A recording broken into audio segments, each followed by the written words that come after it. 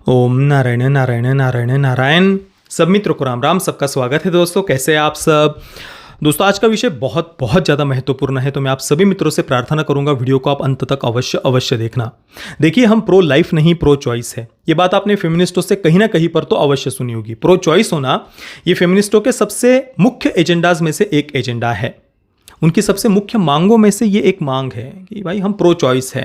Pro choice मतलब हमें abortion करने का अधिकार चाहिए, गर्भपात करने का अधिकार चाहिए, और खुलकर कहे तो पेट में जो बच्चा है अजन्मा, उसे गिराने का, उसे मारने का, भ्रूण हत्या करने का हमें अधिकार चाहिए। ये फेमिनिस्टों की सबसे मुख्य मांगों में से एक मांग है। अब कुछ मित्र सोच रहे होंगे कि भाई ये तो वेस्ट में बहुत ज़्यादा होता है, प्रो लाइफ प्रो चॉइस वगैरह, भारत में कहाँ इतना कुछ देखने को मिलता है।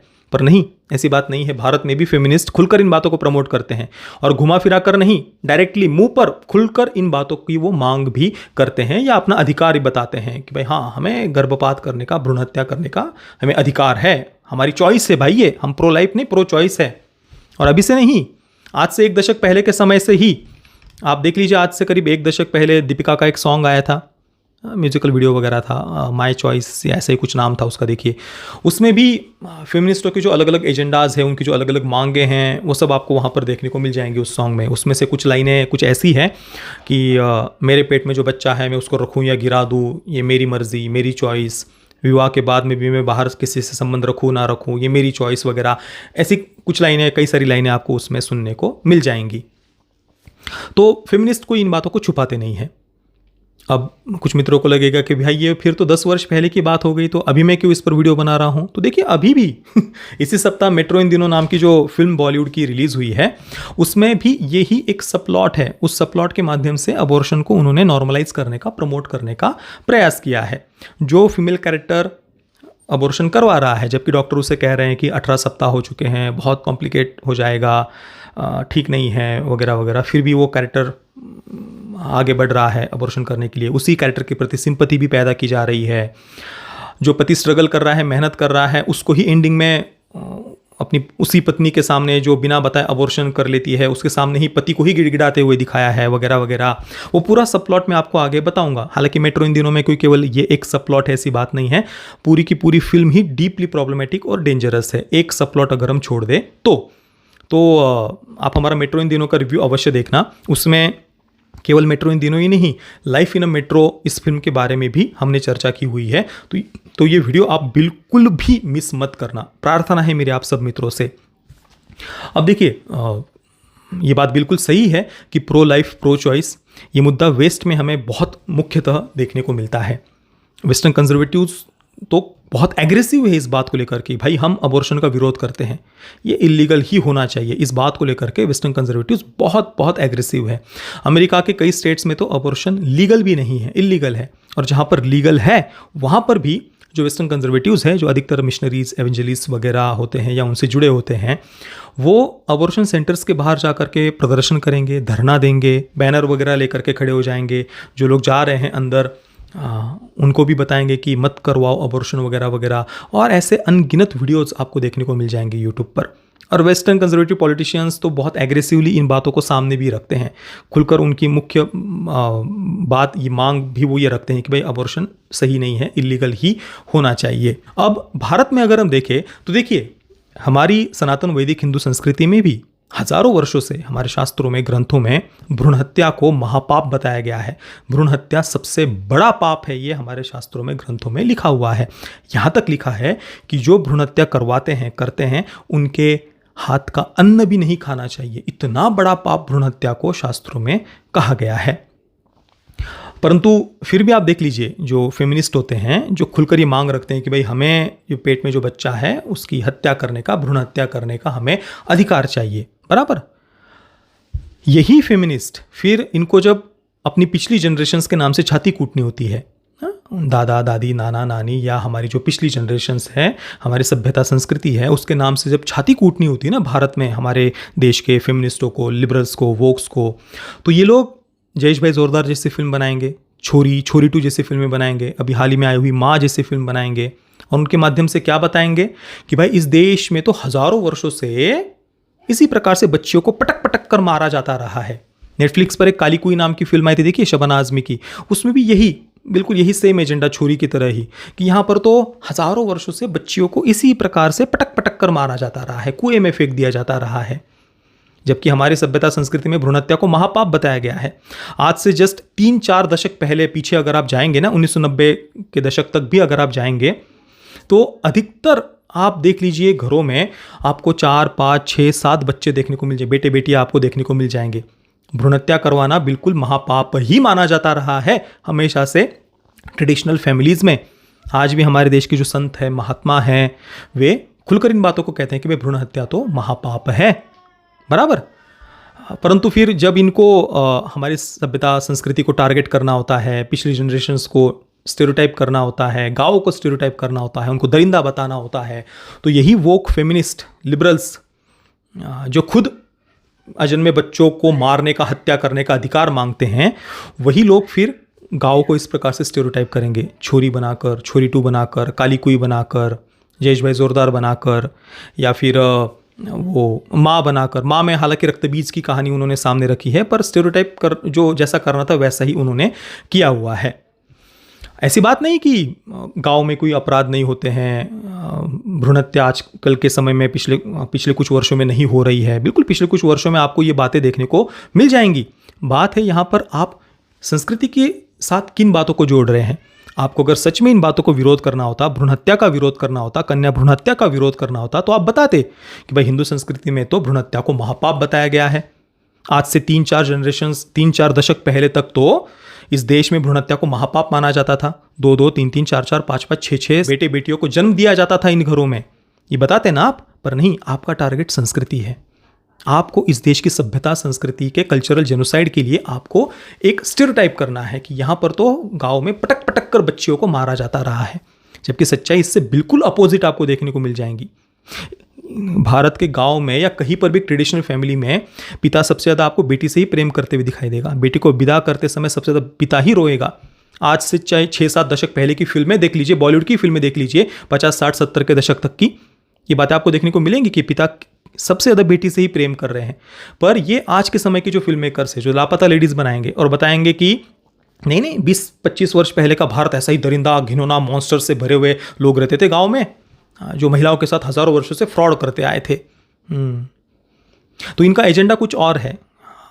हालांकि ये जो वोक फेमिनिस्ट है, ये खुद ही भ्रूण हत्या की मांग करते हैं। हमें तो अजन्मे बच्चों का खून करने का अधिकार चाहिए, उनको मारने का अधिकार चाहिए, और ये संख्या कोई इक्का दुक्का में नहीं है। गाँव में हालांकि आपको ये बातें कहीं कहीं पर आपको देखने को, फेमिनिस्ट तो सबसे ज़्यादा भ्रूण हत्या को प्रमोट करते हैं, और बस वहाँ पर संख्या आपको कई गुना ज़्यादा देखने को मिल जाएगी।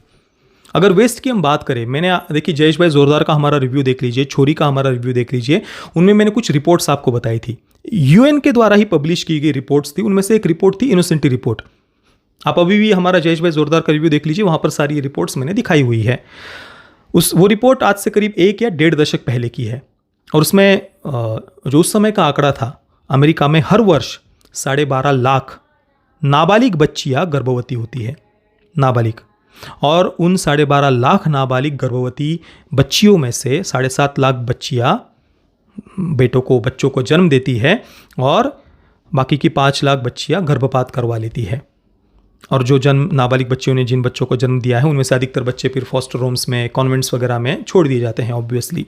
और इसी कारण से सबसे ज़्यादा फॉस्टर होम्स, कॉन्वेंट्स वगैरह ये सब बातें आपको अमेरिका में, वेस्टर्न कंट्रीज़ में सबसे ज़्यादा देखने को मिल जाएंगी। क्यों? क्योंकि भारत में जिस प्रकार का माता पिता का अनुशासन आपको देखने को मिल जाएगा, समाज का अनुशासन जो आपको देखने को मिल जाएगा, कि हमारे मन में डर है कि नहीं यार माता पिता कुछ कह देंगे, नहीं यार समाज कुछ कह देगा, नहीं यार हम एक मन को हम लगाम लगाना हम बचपन से ही सीख जाते हैं कि नहीं यार ये गलत नहीं करना है।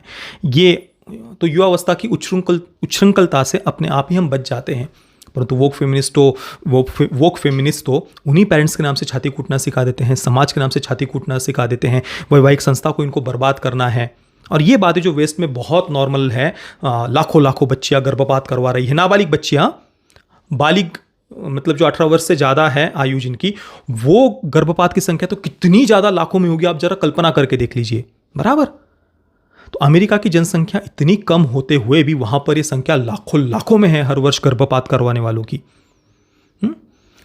तो तो इन बातों को भारत के वोक फेमिनिस्ट लिबरल्स यहाँ पर नॉर्मलाइज करवाना चाहते हैं। मतलब ये कहने में मुझे तो कोई अतिशयोक्ति नहीं लगती कि भाई ये अजन्मे बच्चों के खून के प्यासे हैं, बराबर ना। तभी तो ये खुलकर मांग करते हैं ना कि हमारी चॉइस है, हम पेट में जो बच्चा उसको गिरा दे या रख दे, हमारी चॉइस है। और बच्चे को जन्म देने के बाद में भी फिर पति पर आरोप लगाकर मतलब कई झूठे आरोपी अधिकतर हम देखते हैं, तो ऐसे झूठे आरोप लगाकर उसके ही बेटे बेटी को लेकर के भाग जाएंगे, अलग रहेंगे, फिर उसी पति से एलिमनी भी लेंगे। इसको स्ट्रॉन्ग इंडिपेंडेंट होना कहते होंगे शायद आजकल के वोक फेमिनिस्ट। ये देख रहे हैं ना हम, कोई गलत बात, कोई बिल्कुल विश्वास ना हो ऐसी बात तो नहीं कह रहा हूं ना मैं, बिल्कुल हो रहा है, हम अपने सामने देख रहे हैं। बच्चे को गिरा देंगे या जन्म अगर हो जाता है बच्चे का, बेटे बेटी या जिसका भी, तो पति से उसी बच्चे को लेकर के दूर भाग जाएंगे, पति पर आरोप लगा करके, फिर उसी पति से एलिमनी लेंगे, फिर स्ट्रॉन्ग इंडिपेंडेंट होकर के जिएंगे। सिंगल मदर, फिर सिंपैथी भी खेलने को मिल जाती है, सिंगल मदर है हम। कुल मिलाकर फैमिली स्ट्रक्चर को बर्बाद करना ये वोक फेमिनिस्टों का सबसे मुख्य एजेंडा आज के समय में हम देख रहे हैं। अमेरिका में भी अब देखिए, जो अमेरिका की थप्पड़ मैंने जिसे कहा था, इट एंड्स विथ अस, उसमें भी यही बात, प्रेम विवाह, लव मैरिज वगैरह दिखाई है। फिर बच्चे का जन्म हो जाता है तो पत्नी अपने ही पति पर वो कुछ आरोप लगा रही है वायलेंस वगैरह का। हालांकि उन बातों को जिस प्रकार से फिल्म में दिखाया है, आप देख लेना मेरा इट एंड्स विथ अस का रिव्यू। फिर एंडिंग में वही पत्नी अपने ही पति से बच्चे को लेकर के दूर भाग जा रही है। वाह, तो इन बातों को नॉर्मलाइज कर रहे हैं वोक फेमिनिस्ट। वो छुप कर भी नहीं, खुलकर इन बातों को वो प्रमोट कर रहे हैं कि हमें वैवाहिक संस्था को बर्बाद करना है, हमें अजन्मे बच्चों का खून करने का, भ्रूण हत्या करने का अधिकार चाहिए। और ये संख्या कितनी लाखों लाखों में है, हम कल्पना नहीं कर सकते। बाप रे। और फिर ये पिछली जनरेशन्स को स्टेरियोटाइप करने के लिए एसी कमरों में बैठ करके गाँव को स्टेरियोटाइप करेंगे। अगर इनको सच में भ्रूण हत्या का विरोध करना है तो बनाओ ना, इन फेमिनिस्टों को विलन दिखाने वाले, फेमिनिस्टों को मॉन्स्टर दिखाने वाली फिल्में बनाओ। जैसे कि छोरी में या छोरी 2 में गांव के प्रधान को इन्होंने हैवान मॉन्स्टर बना दिया था। तो आपको सच में भ्रूण हत्या का विरोध करना है तो फेमिनिस्टों को चुड़ैल बना दो, दिखाओ ऐसी फिल्में, छोरी 2 जैसी बनाओ, वहाँ पर फेमिनिस्ट को चुड़ैल बना दो, फेमिनिस्ट मेंटेलिटी के किसी कैरेक्टर को, और दिखा दो वो कैसे अजन्मे बच्चों का खून पीने के लिए प्यासी है वो चुड़ैल। ऐसी चुड़ैल बना सकते हैं ना, ऐसा कैरेक्टर नहीं लिख सकते क्या कि कोई एक चुड़ैल है, डायन है, वो फेमिनिस्ट मेंटेलिटी की थी और बाद में मरने के बाद वो भूत बन जाती है, डायन बन जाती है, और अभी भी अजन्मे बच्चों का खून चूसने के पीछे वो पड़ी हुई है। क्योंकि हम तो देख रहे हैं फेमिनिस्टों की यही मेंटेलिटी है, उनकी तो मुख्य मांग है, प्रो चॉइस है, हम प्रो लाइफ नहीं है, जीवन के पक्ष में नहीं है। हमको जीवन समाप्त करना, क्योंकि हम चॉइस के अनुसार जीते हैं। हमारी ड्यूटी क्या है, कर्तव्य क्या है, वो बातें हमें नहीं पता। अधिकार, चॉइस, स्वकेंद्रित जीवन, हम जैसे चाहे वैसे जिएंगे, मेरी मर्जी, मेरी चॉइस, दिल जैसा कहता है वैसे करो, मन जैसा कहता है वैसे करो, मन को लगाम मत लगाओ। ये तो सभी वोक लिबरल्स इसी प्रकार की मेंटेलिटी के ही है। मैं क्यों यहाँ पर स्त्री पुरुष की बात नहीं कर रहा, वोक लिबरल्स, फेमिनिस्ट जो भी हो, स्त्री हो पुरुष हो, वो इसी प्रकार का उनका स्वकेंद्रित जीवन होता है। अधिकार, कर्तव्य के बारे में उनको पता ही नहीं होता। तो अभी जो मेट्रो इन दिनों फिल्म आई है, उसमें अली फजल और फातिमा सना शेख, इनका पति पत्नी के इन पात्र इन्होंने प्ले किए हैं, हिंदू पति पत्नी के पात्र प्ले किए हैं अली फजल और फातिमा सना शेख ने। आकाश और श्रुति इन दोनों पात्रों का नाम है, हिंदू पति पत्नी का प्रेम विवाह उन्होंने किया हुआ है। अब जो आकाश है, अली फजल का कैरेक्टर, वो सॉन्ग्स मतलब गाने वगैरह गाता है, बॉलीवुड में काफ़ी स्ट्रगल कर रहा है, कहीं से तो कुछ मुझे काम मिल जाए। इम्तियाज़ अली का भी एक केमियो वगैरह दिखाया है जो आकाश को ब्रेक देता है या उसको काम देता है।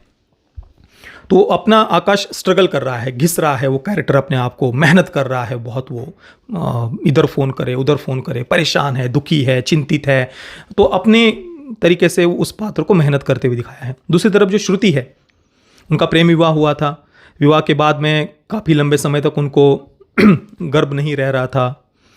फिर काफ़ी दिनों के बाद में, समय के बाद में श्रुति प्रेग्नेंट हो जाती है।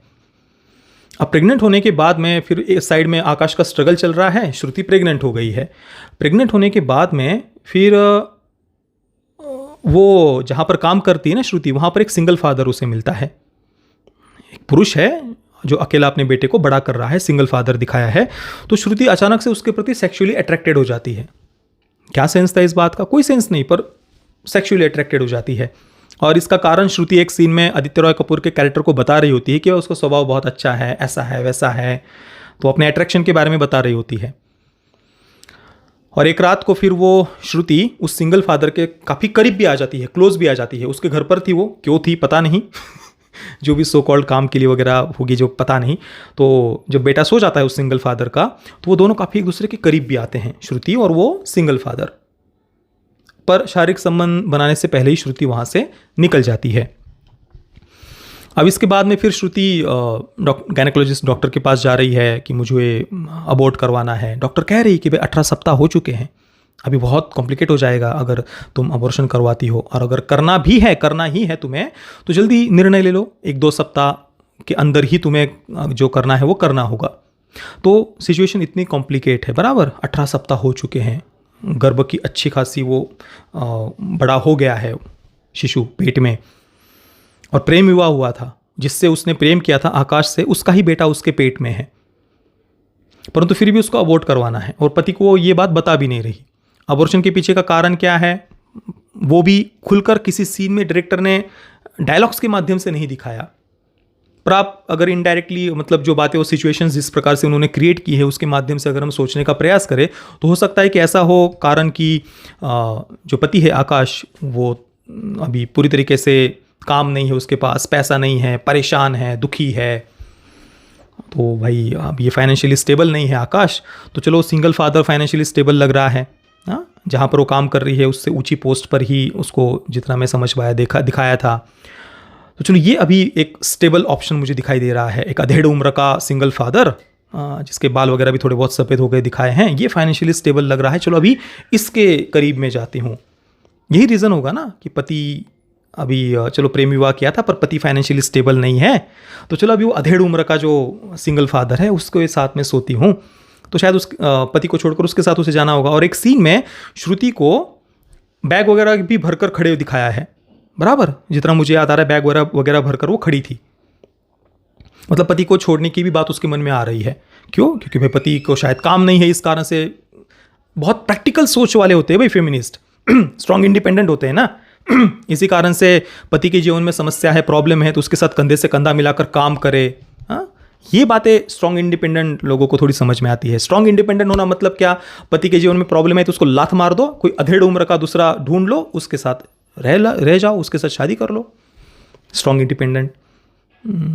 और उसके साथ जाना होगा सिंगल फादर के साथ, शायद इस कारण से वो अबॉर्ट करवा रही होगी, अबॉर्शन करवा रही होगी, और फिर एंडिंग में वो अबॉर्शन करवा भी लेती है, ये दिखाया है। और फिर आकाश को इस बीच में जब वो अबॉर्शन वगैरह करवा रही होती है, उसी बीच में आकाश को काम भी मिल जाता है इम्तियाज़ अली से, और फिर श्रुति वापस आ जा रही है, उसे काम मिल जाता है तो श्रुति उसके पास वापस आ जाती है। क्या सेंस था इस बात का? मतलब इतने दिनों तक वो स्ट्रगल कर रहा था, परेशान था, इसलिए तुम दूर भागने का सोच रही थी, किसी अधेड़ उम्र के सिंगल फादर के साथ सोने का सोच रही थी, रहने का सोच रही थी, और अभी जब उसको काम मिल गया है तब तुम उसके पास में वापस आ रही हो। ये तुम्हारा स्ट्रॉन्ग इंडिपेंडेंट होना है। पति के जीवन में प्रॉब्लम आ जाए तो उसको लात मार करके किसी अधेड़ उम्र के साथ आदमी के साथ सो जाओ, और फिर पति को फिर से काम मिल गया तो तुम फिर उसके पास में वापस आ रही हो अबॉर्शन करवा कर। और फिर अली फजल का कैरेक्टर आकाश, पत्नी वापस आ रही है तो उसके ही सामने गिड़गिड़ा रहा है, उसको ही सॉरी बोल रहा है। क्यों सॉरी बोल रहे हो भाई? क्या गलती थी तुम्हारी कि तुम अपने आप को घिस रहे थे, मेहनत कर रहे थे, काम ढूंढ रहे थे, प्रयास कर रहे थे कि मैं कैसे भी करके अपने परिवार के लिए कुछ करूं, ये तुम्हारी गलती थी। किस बात की माफी मांग रहे थे तुम श्रुति के कैरेक्टर से? तो कुल मिलाकर वहाँ पर जो कैरेक्टर अबॉर्शन करवाने का निर्णय ले रहा है 18 सप्ताह होने के बाद में भी, हमको अगर गिराना है तो हमको चॉइस है भाई, हमारा अधिकार है, 18 सप्ताह हो या कितना भी हमको गिराना है भाई। हाँ, तो इस बात को आप नॉर्मलाइज कर रहे हैं ना, और फिर पति को ही ऐसे कैरेक्टर के सामने गिड़गिड़ाना चाहिए, हाँ, कि भाई उपकार कर दिए, वापस आ गए। क्या सेंस था इन बातों का? जबकि पति मेहनत कर रहा था। अभी मैंने मटेरियलिस्ट के रिव्यू में भी, मैंने तो तब तक मेट्रो इन दिनों देखी भी नहीं थी, मटेरियलिस्ट का रिव्यू मैंने पहले किया था, फिर भी मैंने ये बात आपको कही थी, देखिए उसमें कि आजकल की जो स्ट्रॉन्ग इंडिपेंडेंट अपने आप को कहते हैं, वो पति के जीवन में प्रॉब्लम आ जाते हैं तो उसको लात मार कर भाग जाते हैं, और फिर ऑर्गेजम इनइक्वलिटी से लड़ने के लिए 6 इंच वालों को राइट स्वैप करते हैं दूसरे 6 इंच वालों को, क्योंकि स्ट्रॉन्ग इंडिपेंडेंट होते हैं ना भाई।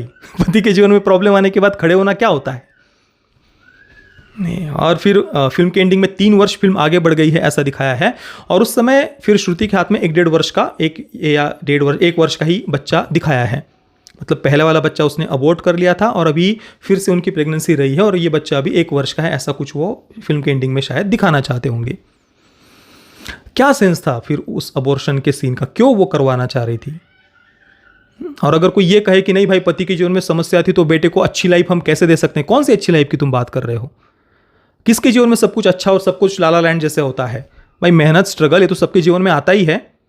जो लोग गांव में रहते हैं, खेती करते हैं, मेहनत करते हैं, उनके बच्चे नहीं होते, वो जीवन में सफल नहीं होते, वो जीवन में आगे नहीं बढ़ते, उनके परिवार नहीं होते।